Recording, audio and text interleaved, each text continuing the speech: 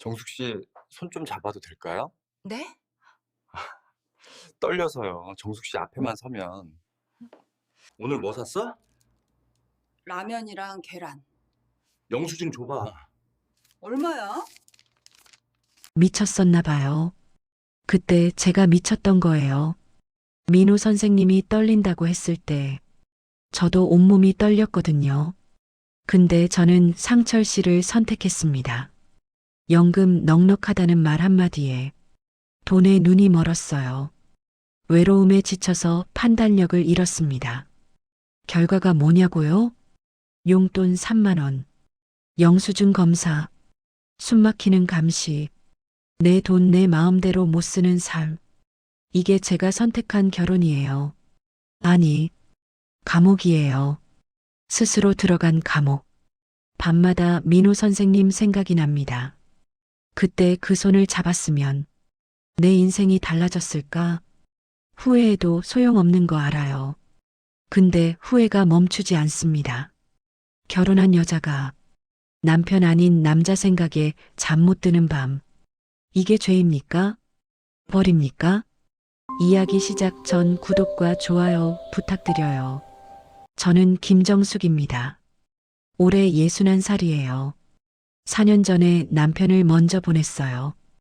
위암이었거든요. 발견했을 때는 이미 늦었더라고요. 3개월을 버티다 떠났습니다. 40년을 함께 산 사람이었는데 장례식장에서 울지 못했어요. 눈물이 안 나오더라고요. 너무 허망해서 그랬나 봅니다. 울음은 한참 뒤에 터졌어요.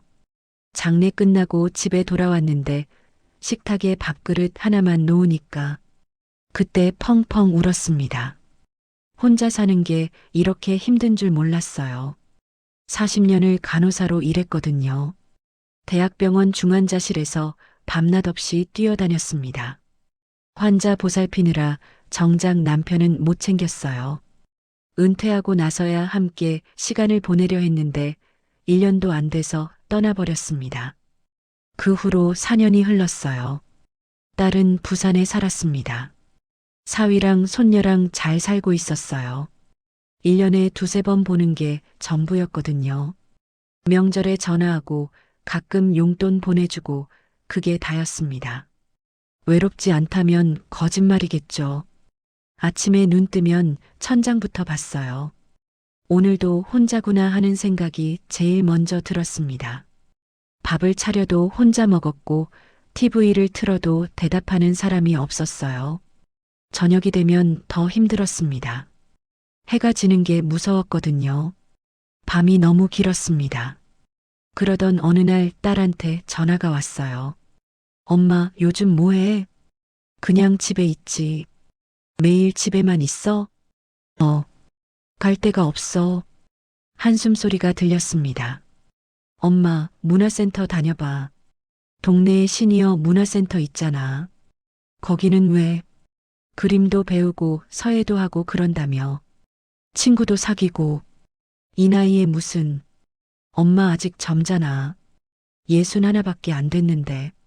집에만 있으면 우울해져. 딸의 말이 귓가에 맴돌았어요. 젊다고요. 거울을 봤습니다. 흰머리가 부쩍 늘었더라고요.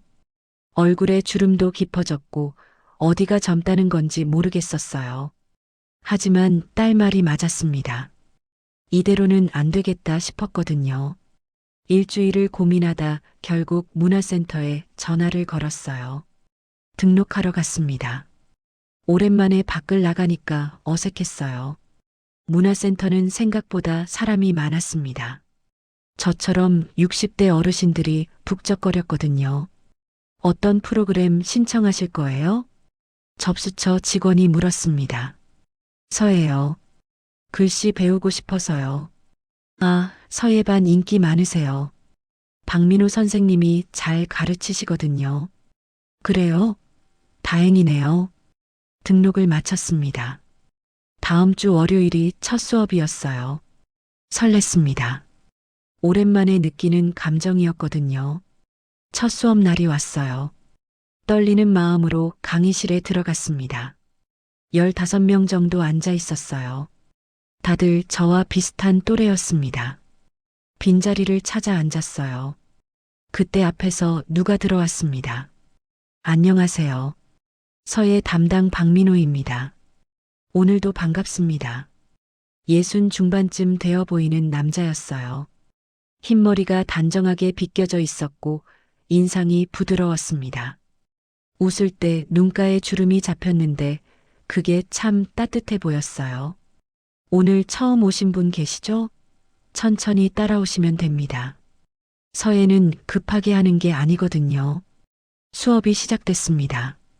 붓을 잡는 법부터 배웠어요. 서툴렀습니다. 40년간 주사기만 잡다가 붓을 잡으려니까 어색했거든요. 박민호 선생님이 다가왔어요. 처음이시죠? 네. 너무 어렵네요. 괜찮아요. 천천히 하시면 돼요. 첫날부터 잘하는 사람 없습니다. 목소리가 부드러웠어요. 심장이 살짝 뛰었습니다. 이상했어요. 그냥 친절한 선생님인데 왜 얼굴이 뜨거워지는 걸까요? 수업이 끝났습니다. 강의실을 나서는데 뒤에서 목소리가 들렸어요. 저기요, 잠깐만요. 돌아봤습니다. 남자 한 분이 다가오고 있었어요. 키가 크고 체격이 좋았습니다. 양복을 단정하게 입고 있었거든요. 혹시 처음 오셨어요? 전 최상철이라고 합니다. 아, 네. 저는 김정숙이에요. 반갑습니다. 저도 이번 달에 등록했어요. 커피 한 잔 하실래요? 첫날 기념으로. 괜찮으실까요? 갑자기 그러시면. 뭐려? 같은 반이 됐는데 인사 나누는 거죠. 68이라고 했습니다. 은행 지점장 출신이래요. 부인을 3년 전에 잃었다고 했어요. 저와 비슷한 처지였습니다. 같은 외로움을 아는 사람이라 그게 마음을 열게 했나 봐요. 그날 커피를 마시며 2시간을 이야기했습니다. 헤어질 때 상철 씨가 말했어요. 정숙 씨 다음 주에 또 봬요. 오늘 즐거웠습니다. 웃으며 돌아서는 뒷모습을 봤어요. 나쁘지 않았습니다. 오랜만에 누군가와 대화를 나눴거든요. 외롭지 않은 하루였어요. 집으로 돌아오는 길에 두 남자의 얼굴이 떠올랐습니다. 부드러운 눈웃음의 박민호 선생님, 다정하게 커피를 권하던 최상철 씨. 이상한 기분이었어요. 4년 만에 느끼는 설렘이었습니다. 이 나이에 이런 감정이 가능한 건가요? 그때는 몰랐어요. 이 만남이 제 인생을 어떻게 바꿔놓을지. 그 후로 매주 문화센터에 나갔습니다. 월요일과 목요일이 서예 수업이었어요. 그 두 날이 기다려지기 시작했거든요. 상철 씨는 매번 옆자리에 앉았습니다. 자연스럽게 그렇게 됐어요. 정숙 씨 오늘 안색이 좋으시네요. 그래요? 그냥 그런데. 아니에요. 확실히 달라 보여요. 칭찬을 잘하는 사람이었습니다. 수업이 끝나면 늘 커피를 마셨어요. 센터 앞 카페가 단골이 됐습니다. 둘이 마주 앉아 이런저런 이야기를 나눴거든요. 상철 씨는 은행에서 35년을 일했다고 했어요. 지점장까지 올라갔다가 3년 전에 퇴직했습니다. 연금이 넉넉하다고 했거든요. 혼자 살기 심심해서 문화센터 다니기 시작했어요. 저도 그래요. 딸이 권해서 왔거든요. 역시 비슷하시네요. 우리 웃음이 났습니다. 비슷한 처지라는 게 마음을 편하게 했어요. 한 달이 지났습니다. 어느 날 최상철 씨가 조심스럽게 물었어요. 정숙 씨 이번 주말에 시간 있으세요? 주말이요? 왜요? 같이 점심 드실래요? 맛있는 한정식집 알거든요. 심장이 콩닥거렸습니다. 이게 데이트 신청인가요? 좋아요. 가볼게요. 그렇게 첫 데이트를 했습니다. 상철 씨가 차로 저를 데리러 왔어요. 식당은 북한산 근처 한정식집이었습니다. 코스 요리가 정갈하게 나왔어요. 여기 제가 자주 오던 데예요. 혼자 오기 아쉬웠는데 좋은 데네요. 분위기가. 정숙 씨랑 오니까 더 좋습니다. 얼굴이 뜨거워졌어요. 이 나이에 이런 말을 듣다니 쑥스러우면서도 싫지 않았습니다. 그날 이후로 주말마다 만났어요. 영화도 보고 전시회도 갔습니다. 손을 잡아도 되겠냐고 물었을 때 고개를 끄덕였거든요. 상철 씨의 손은 크고 따뜻했습니다. 그런데 이상했어요. 손을 잡으면서도 다른 사람이 떠올랐거든요. 박민호 선생님이었습니다. 수업 시간에 붙잡는 법을 알려주던 그 손. 제 손에 살짝 닿았을 때 온몸에 전율이 흘렀어요. 상철 씨가 손을 잡을 때는 그런 느낌이 없었거든요. 편안함은 있었습니다. 하지만 떨림은 아니었어요. 이상하다고 생각하면서도 넘겼습니다. 2달이 흘렀어요. 어느 날 저녁 상철 씨가 전화를 걸어왔습니다. 정숙 씨 드릴 말씀이 있어요. 무슨 말씀이요? 직접 만나서 하고 싶은데. 내일 저녁 괜찮으세요? 목소리가 진지했어요. 심장이 두근거렸습니다. 무슨 말을 하려는 걸까요? 다음 날 저녁 최상철 씨가 고급 레스토랑으로 데려갔어요. 와인을 시키더니 잔을 들었습니다. 정숙 씨, 네. 저랑 결혼해 주시겠어요? 예상은 했지만 막상 들으니 놀랐습니다. 저요? 정말요? 네. 진심입니다. 2달 동안 확신이 생겼어요. 정숙 씨랑 남은 인생 함께하고 싶습니다. 눈물이 핑 돌았어요. 4년간의 외로움이 떠올랐거든요. 혼자 밥 먹던 식탁, 아무도 없는 빈 거실, 대답 없는 텅 빈 집. 돈 걱정은 하지 마세요. 연금 넉넉하니까 제가 다 챙길게요. 다정한 말이었습니다. 편하게 살아요. 우리 이 나이에 뭐가 더 필요하겠어요. 고개를 끄덕였습니다. 네, 결혼해요. 상철 씨가 환하게 웃었어요. 손을 꼭 잡았습니다. 행복했어요. 드디어 외롭지 않겠구나. 그렇게 믿었습니다. 집으로 돌아와 딸에게 전화했어요. 엄마 재혼하려고. 정말요? 어떤 분인데요? 문화센터에서 만났어. 은행 지점장 출신이야. 괜찮은 사람이야. 엄마가 좋으시면 저도 좋아요. 축하해요. 딸의 축하를 받으며 웃었습니다. 잘 될 거야. 이번엔 정말 행복할 거야. 그때는 진심으로 그렇게 믿었거든요. 그런데 그날 밤 이상하게 잠이 오지 않았습니다. 천장을 보며 누워 있는데 박민호 선생님 얼굴이 자꾸 떠올랐어요. 천천히 하시면 돼요. 그 목소리가 귓가에 맴돌았습니다. 왜 자꾸 그분이 생각나는 걸까요? 결혼을 앞두고 다른 남자를 떠올리다니. 이러면 안 되는 건데. 이불을 뒤집어 쓰고 눈을 감았습니다. 내일부터는 안 그래야지. 최상철 씨만 생각해야지. 그렇게 다짐했어요. 하지만 마음이란 게 뜻대로 되지 않더라고요. 결혼은 1달 만에 진행됐습니다. 상철 씨가 서두르자고 했거든요. 이 나이에 뭘 미루겠어요. 빨리 함께 살아요. 그 말이 설레게 느껴졌어요. 나를 이렇게 원하는 사람이 있구나. 작은 식당에서 가족들만 모여 식사를 했습니다. 딸이 부산에서 올라왔어요. 엄마, 축하해요. 행복하세요. 상철 씨 딸도 왔습니다. 부산에 산다고 했거든요. 아버지 잘 부탁드려요. 어색했지만 나쁘지 않았습니다. 새로운 가족이 생긴 거였어요. 상철 씨 아파트로 들어갔습니다. 용산에 있는 32평 아파트였어요. 넓고 깨끗했습니다. 여기가 이제 우리 집이야. 상철 씨가 웃으며 말했어요. 가슴이 벅찼습니다. 4년 만에 누군가와 함께 사는 집이었거든요. 첫날 밤이 왔습니다. 떨렸어요. 이 나이에 다시 이런 밤을 보내게 될 줄이야. 상철 씨가 조심스럽게 다가왔습니다. 긴장했어요? 조금요. 천천히 해요. 우리 부드러운 목소리였어요.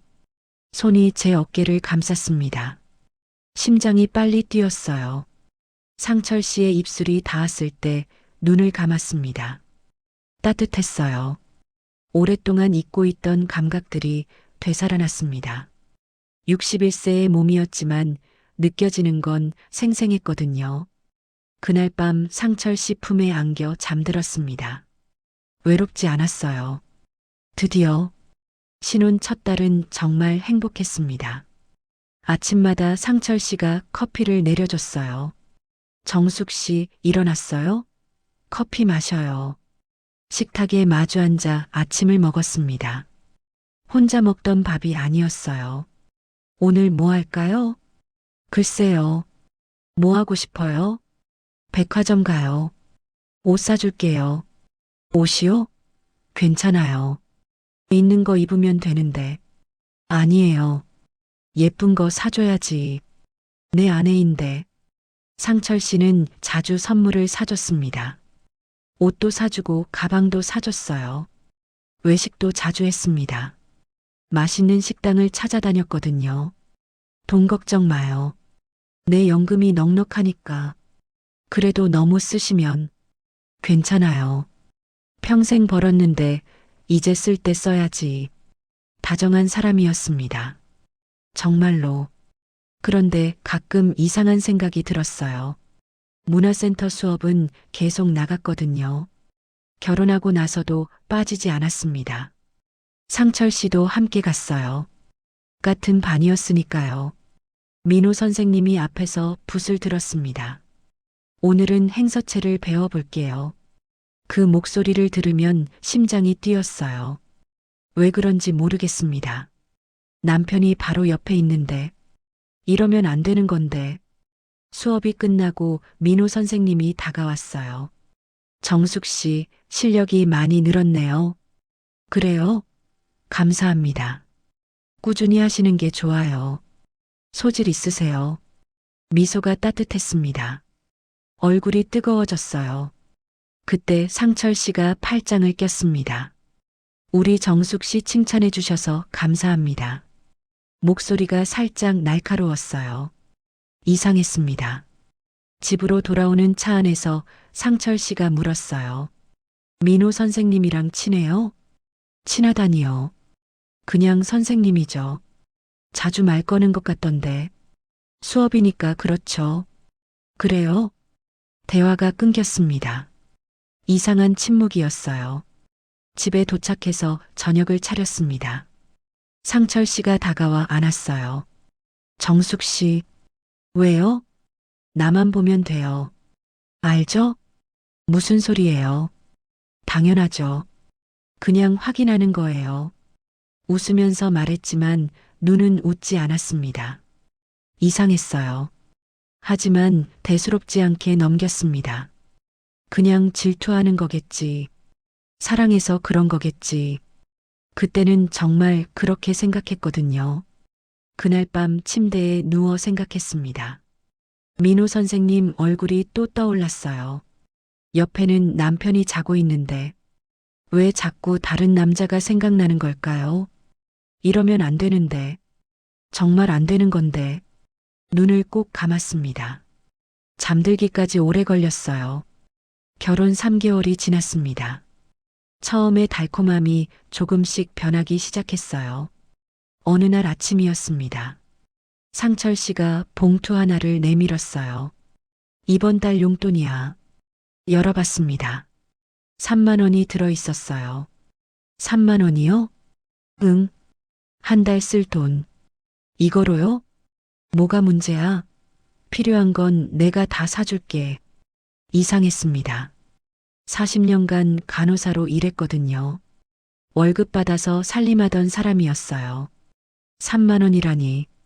커피 10잔도 안 되는 돈이었습니다. 카드 쓰면 되는 거 아니에요? 카드는 내가 관리할게. 정숙 씨는 현금 쓰면 돼. 왜요?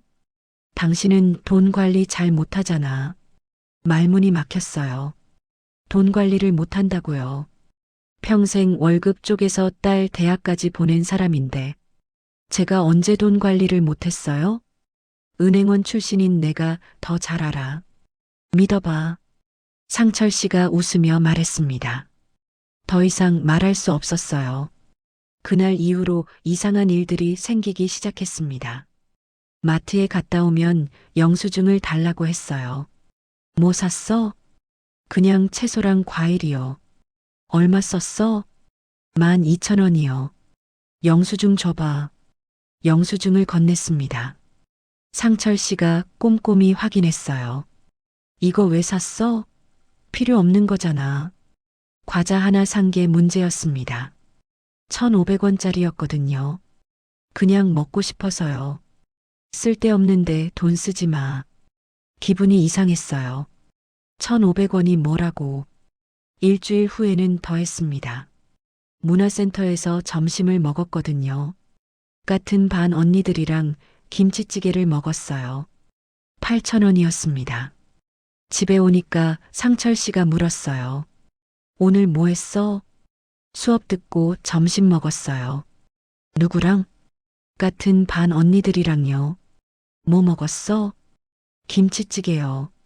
얼마야? 8,000원이요. 상철 씨 표정이 굳었습니다. 밥은 집에서 먹으면 되잖아. 그냥 같이 먹자고 해서요. 앞으로는 집에서 먹어. 돈 아껴야지. 이해할 수 없었어요. 8,000원이 뭐가 문제인지. 하지만 말대꾸하면 분위기가 싸늘해졌습니다. 그래서 참았어요. 그러던 어느 날이었습니다. 친정 오빠한테 전화가 왔어요. 정수가 나 좀 도와줄 수 있어? 무슨 일인데 오빠? 허리 수술해야 하는데 돈이 좀 모자라. 얼마나 필요한데?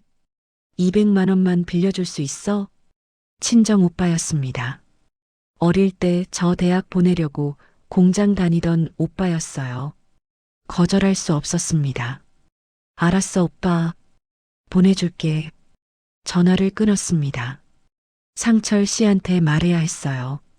저녁 식사 후에 조심스럽게 꺼냈습니다. 상철 씨, 친정 오빠한테 돈 좀 보내줘야 할 것 같아요. 얼마? 200만 원이요. 수술비가 모자라대요. 상철 씨가 젓가락을 내려놓았습니다. 안 돼. 네. 당신 친정이 왜 우리 돈 써? 친정 오빠예요.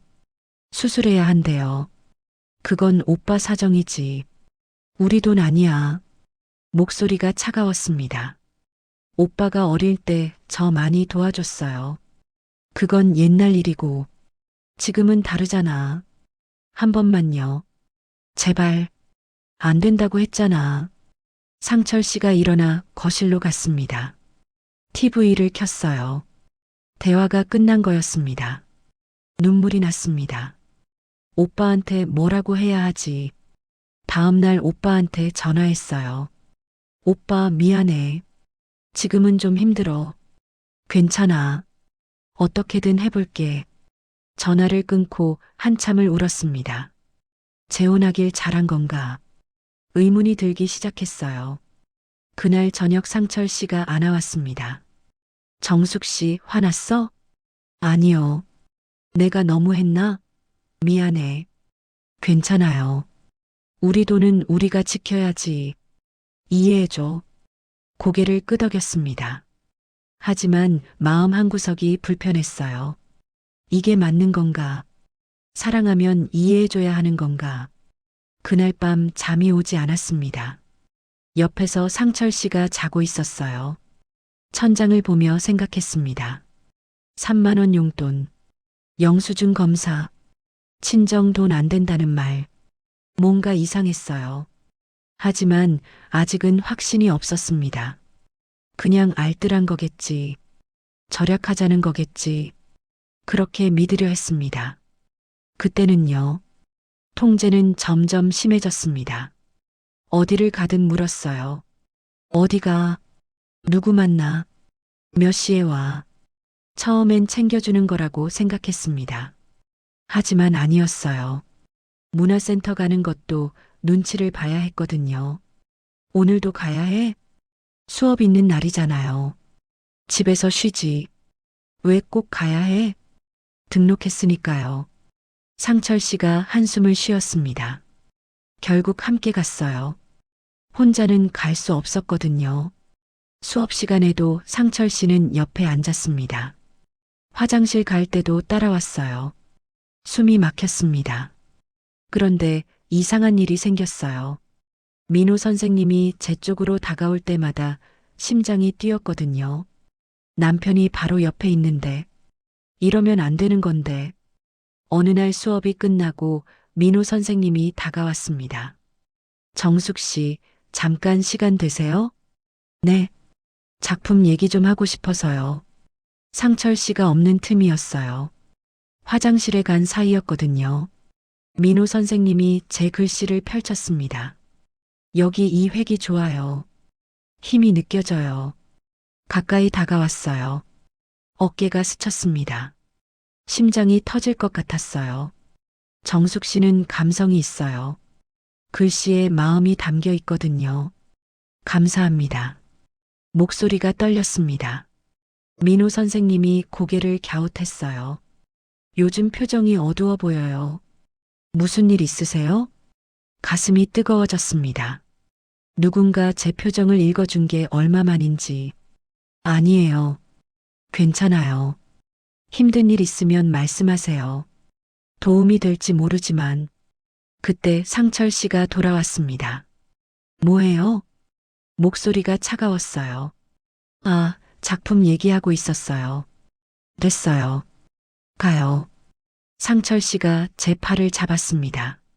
세게 잡았어요. 아팠습니다. 차에 타자마자 상철 씨가 물었어요. 뭘 그렇게 얘기해? 그냥 글씨 얘기요. 둘이서? 선생님이잖아요. 선생님이면 뭐 어때? 남잔데. 대답할 수 없었습니다. 집에 도착해서도 분위기가 싸늘했어요. 저녁을 차렸는데 상철 씨가 밥을 안 먹었습니다. 왜 안 드세요? 입맛 없어. 뭐가 잘못됐어요? 몰라서 물어. 이해할 수 없었어요. 민호 선생님이랑 잠깐 얘기한 게 뭐가 문제인지. 며칠간 냉전이 계속됐습니다. 말을 안 했어요. 눈도 안 마주쳤습니다. 집안 공기가 무거웠어요. 숨쉬기 힘들었습니다. 3일째 되는 날 밤이었습니다. 상철 씨가 다가왔어요. 정숙 씨, 네. 나만 보면 돼. 알지? 무슨 소리예요? 다른 남자한테 눈 돌리면 안 돼. 그런 적 없어요. 진짜? 진짜예요. 상철 씨가 저를 끌어안았습니다. 세게 안았어요. 숨이 막힐 정도로. 당신은 내 거야. 알지? 등골이 서늘했습니다. 사랑한다는 말 같은데 무서웠거든요. 그날 밤 함께 했습니다. 거부할 수 없었어요. 분위기가 그랬거든요. 끝나고 상철 씨가 말했어요. 이제 됐지? 화해한 거지? 네. 앞으로 조심해. 오해받을 짓 하지 마. 고개를 끄덕였습니다. 하지만 마음은 복잡했어요. 내가 뭘 잘못한 거지. 선생님이랑 얘기한 게 죄야. 이해할 수 없었습니다. 다음 날 아침 거울을 봤어요. 얼굴이 헬쑥해져 있었습니다. 눈 밑에 다크서클이 짙었어요. 결혼한 지 4개월밖에 안 됐는데 왜 이렇게 지쳐 보이는 걸까요? 그때 핸드폰이 울렸습니다. 옛날 병원 동료 언니였어요. 간호사 시절 같이 일하던 분이었거든요. 정수가 잘 지내? 언니. 오랜만이야. 재혼했다며? 잘 살아? 잘 살아. 거짓말이었습니다. 목소리가 왜 그래? 무슨 일 있어? 아니야. 괜찮아. 정수가 나한테 숨기지 마. 30년 알았잖아. 눈물이 핑 돌았어요. 언니 나중에 전화할게. 알았어. 힘들면 연락해. 언제든. 전화를 끊었습니다. 손이 떨렸어요. 누군가한테 털어놓고 싶었습니다. 이 답답함을, 이 괴로움을. 하지만 상철 씨가 알면 어떡하지? 두려웠어요. 그 언니를 만나야겠다고 생각했습니다. 몰래라도. 이대로는 미칠 것 같았거든요. 여러분도 혹시 누군가에게 말 못하고 혼자 사귀신 적 있으신가요? 사랑이라는 이름으로 참아야 한다고 생각하신 적? 저는 그때 몰랐습니다. 이건 사랑이 아니라는 걸. 일주일을 고민했습니다. 옛 동료 언니를 만나야 하는데 어떻게 나가지? 상철 씨 몰래 외출하는 게 쉽지 않았거든요. 기회가 왔어요. 상철 씨가 건강검진을 받으러 간다고 했습니다. 오늘 검진이야. 3시간은 걸릴 거야. 다녀오세요. 집에 있어. 알았지? 네. 현관문이 닫혔습니다. 심장이 뛰었어요. 지금이야. 서둘러 옷을 갈아입었습니다. 손이 떨렸어요. 언니한테 전화했습니다. 언니, 지금 만날 수 있어? 갑자기, 무슨 일이야? 만나서 얘기할게. 역 앞 카페에서 볼 수 있어? 알았어. 30분 후에 갈게. 집을 나섰습니다. 몇 달 만에 혼자 나가는 거였어요. 다리가 후들거렸습니다. 택시를 탔어요. 창밖을 보면서 생각했습니다. 남편 몰래 친구 만나러 가는 게 뭐라고. 왜 이렇게 떨리는 걸까요? 카페에 도착했습니다. 언니가 먼저 와 있었어요. 정수가 달려갔습니다. 언니를 보는 순간 눈물이 터졌어요. 어머, 왜 그래? 무슨 일이야? 한참을 울었습니다. 말이 안 나왔거든요. 언니가 손을 잡아줬어요. 천천히 얘기해. 괜찮아. 숨을 고르고 말하기 시작했습니다. 처음부터 다 털어놨어요. 3만 원 용돈, 영수증 검사, 카드 압수, 친정 오빠 돈 안 된다던 일, 어디 가든 따라오는 것, 다른 남자랑 얘기하면 화내는 것, 거부하면 싸늘해지는 분위기, 다 말했습니다. 언니 표정이 점점 굳어졌어요. 정수가, 응, 그거 경제적 학대야. 학대라는 단어에 멈칫했습니다. 학대? 때리는 것도 아닌데?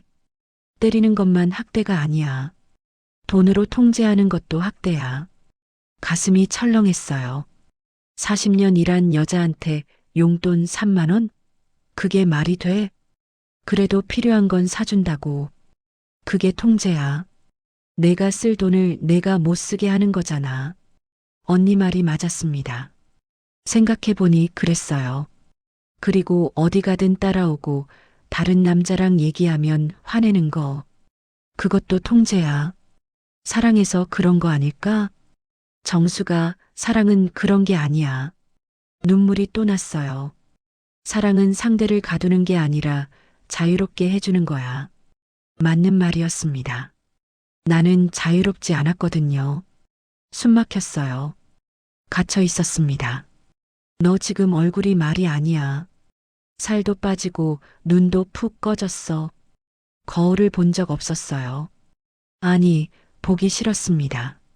정수가 이혼 생각해봐. 이혼. 그 단어가 무겁게 다가왔어요. 이혼하면 또 혼자잖아. 혼자가 낫지. 지금보다는 무서워. 뭐가 무서워? 혼자 사는 거, 돈 없는 거, 다 무서워. 언니가 제 손을 꽉 잡았습니다. 정수가 너 간호사 자격증 있잖아. 그게 뭐? 요즘 요양원에서 간호사 많이 구해. 파트타임으로 일할 수 있어. 생각해 본 적 없었어요. 다시 일할 수 있다는 거. 내가 일하면 돈 벌 수 있어. 혼자 살 수 있다고. 가슴이 뛰었습니다. 희망 같은 게 느껴졌어요. 그리고 너 살던 집 정리한 돈 있잖아. 공동 계좌에 넣었다며? 응. 그건 내 돈이야. 이혼할 때 찾아올 수 있어. 몰랐던 사실이었습니다. 정수가 너 지금 감옥에 갇혀 사는 거야. 제발 나와. 감옥. 그 단어가 가슴에 박혔어요. 맞았습니다. 감옥이었어요. 창살 없는 감옥. 사랑이라는 이름의 감옥. 생각해 볼게. 너무 오래 생각하지 마. 더 힘들어지기 전에 언니와 헤어졌습니다. 택시를 타고 집으로 돌아왔어요. 상철 씨보다 먼저 도착했습니다. 다행이었어요. 침대에 누워 생각했습니다. 경제적 학대, 통제, 감옥. 언니 말이 머릿속을 맴돌았어요. 이혼해야 하나? 무서웠습니다. 하지만 이대로 사는 것도 무서웠어요. 그때 현관문이 열렸습니다. 상철 씨가 돌아왔어요. 집에 있었어? 네. 잘했어. 웃으면서 말했습니다. 하지만 그 웃음이 섬뜩했어요. 감시하는 것 같았거든요. 저녁을 차렸습니다. 밥을 먹으면서 생각했어요. 이 사람과 평생 살 수 있을까? 아니었습니다. 못 살겠어요. 결심이 조금씩 굳어지고 있었습니다. 언니 말대로 너무 오래 생각하면 안 될 것 같았어요. 용기를 내야 했습니다. 그날 밤 잠이 오지 않았어요. 내일 말해야겠다. 헤어지자고. 심장이 미친 듯이 뛰었습니다. 무서웠어요. 하지만 이대로는 더 무서웠습니다. 아침이 밝았습니다. 밤새 잠을 못 잤어요. 눈이 퉁퉁 부어 있었습니다. 거울 속 제 얼굴이 낯설었어요. 언제부터 이렇게 초췌해졌을까요? 상철 씨가 일어났습니다. 왜 그래? 눈이 왜 그래? 잠을 못 잤어요. 할 말이 있어서. 상철 씨가 저를 봤어요. 표정이 굳었습니다. 심호흡을 했어요. 손이 떨렸습니다. 하지만 더 미룰 수 없었어요. 이혼하고 싶어요. 그 말이 입 밖으로 나왔습니다. 침묵이 흘렀어요. 상철 씨가 돌처럼 굳었습니다. 한참을 그렇게 서 있었어요. 공기가 얼어붙는 것 같았습니다. 지금 장난해? 장난 아니에요. 계속 생각했어요. 상철 씨 얼굴이 붉어졌습니다. 다가왔어요. 한 발짝 물러섰습니다. 무서웠거든요. 누가 꼬드겼어? 그 간호사 친구야? 어떻게 알았는지 놀랐습니다. 어제 외출한 걸 알고 있었던 거예요. 몰래 나간 줄 알았는데 다 알고 있었습니다. 등골이 서늘했어요. 감시당하고 있었구나. 진짜 감옥이었습니다.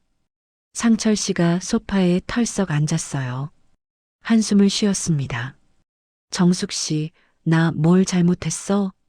잘못이 아니라 안 맞는 것 같아요. 뭐가 안 맞아? 다 해줬잖아. 그동안 쌓였던 말들이 쏟아져 나왔습니다. 어디 가든 따라오는 것.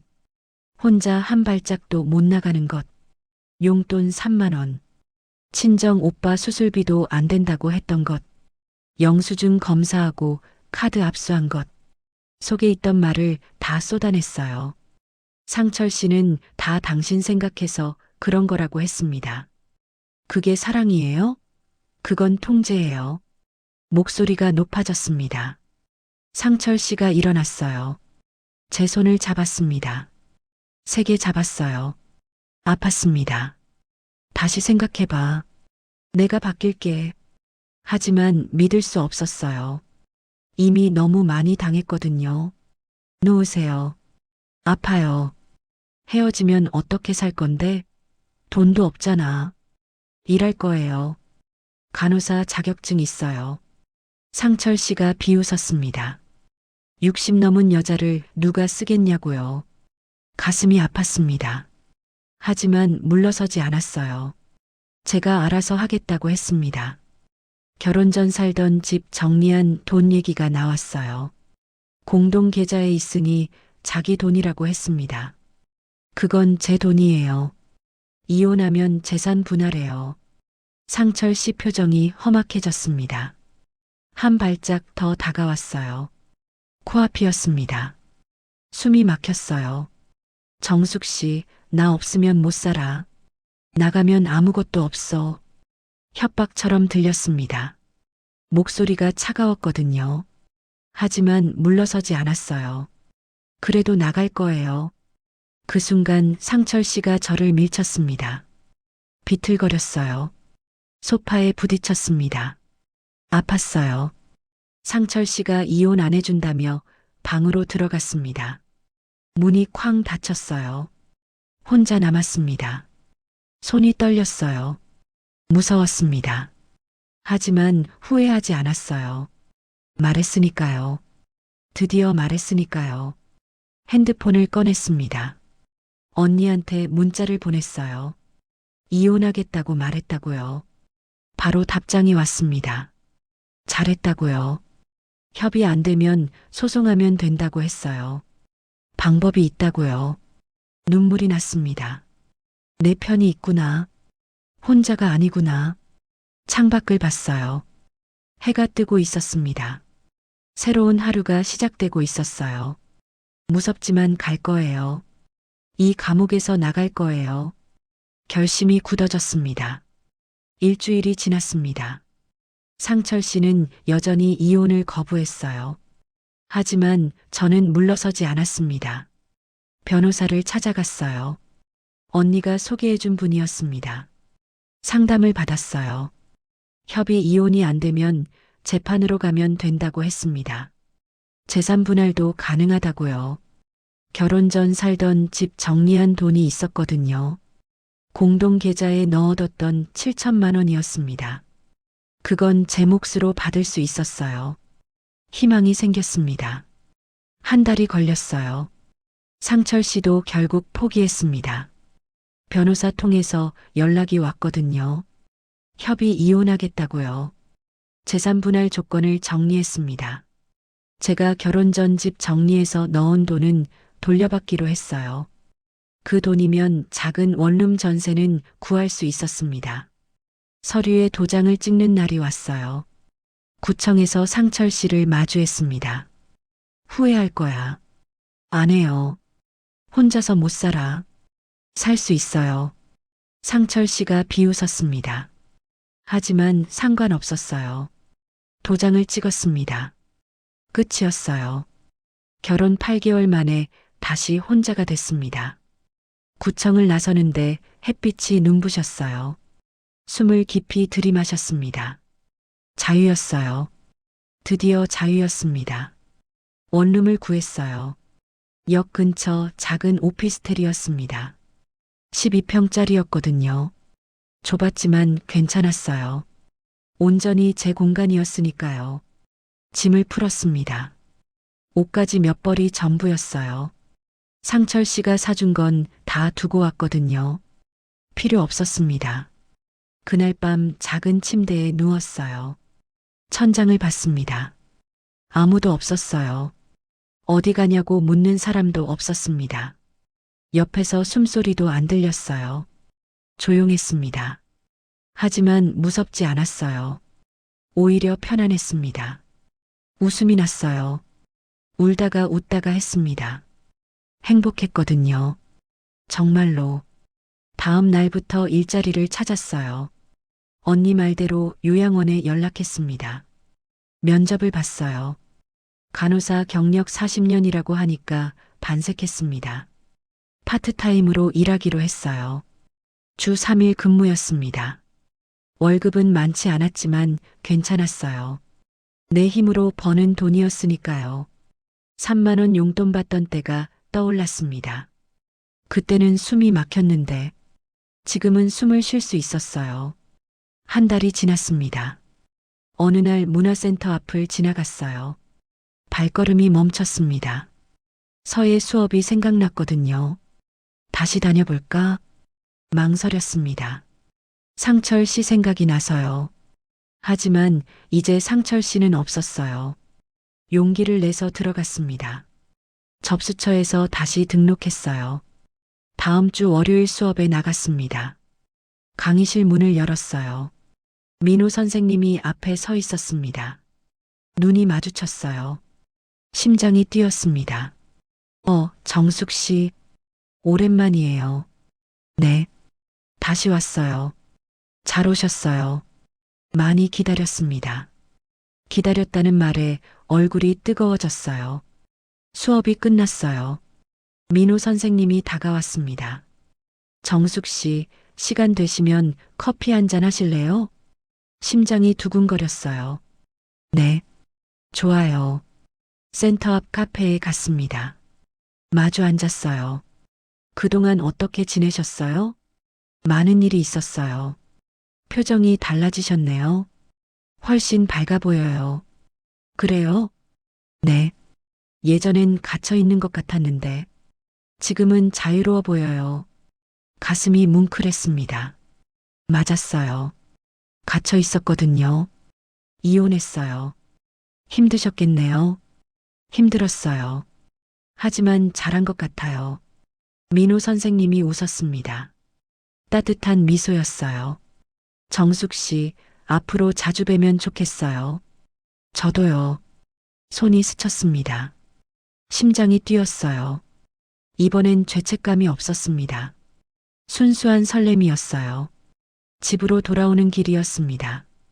하늘이 예뻤어요. 노을이 지고 있었거든요. 6개월 전 나는 감옥에 갇혀 있었습니다. 지금은 달랐어요. 자유로웠습니다. 61세에 다시 시작했어요. 늦지 않았습니다. 여러분도 갇혀 있으신가요? 나올 수 있어요. 용기만 있으면 됩니다. 저처럼요.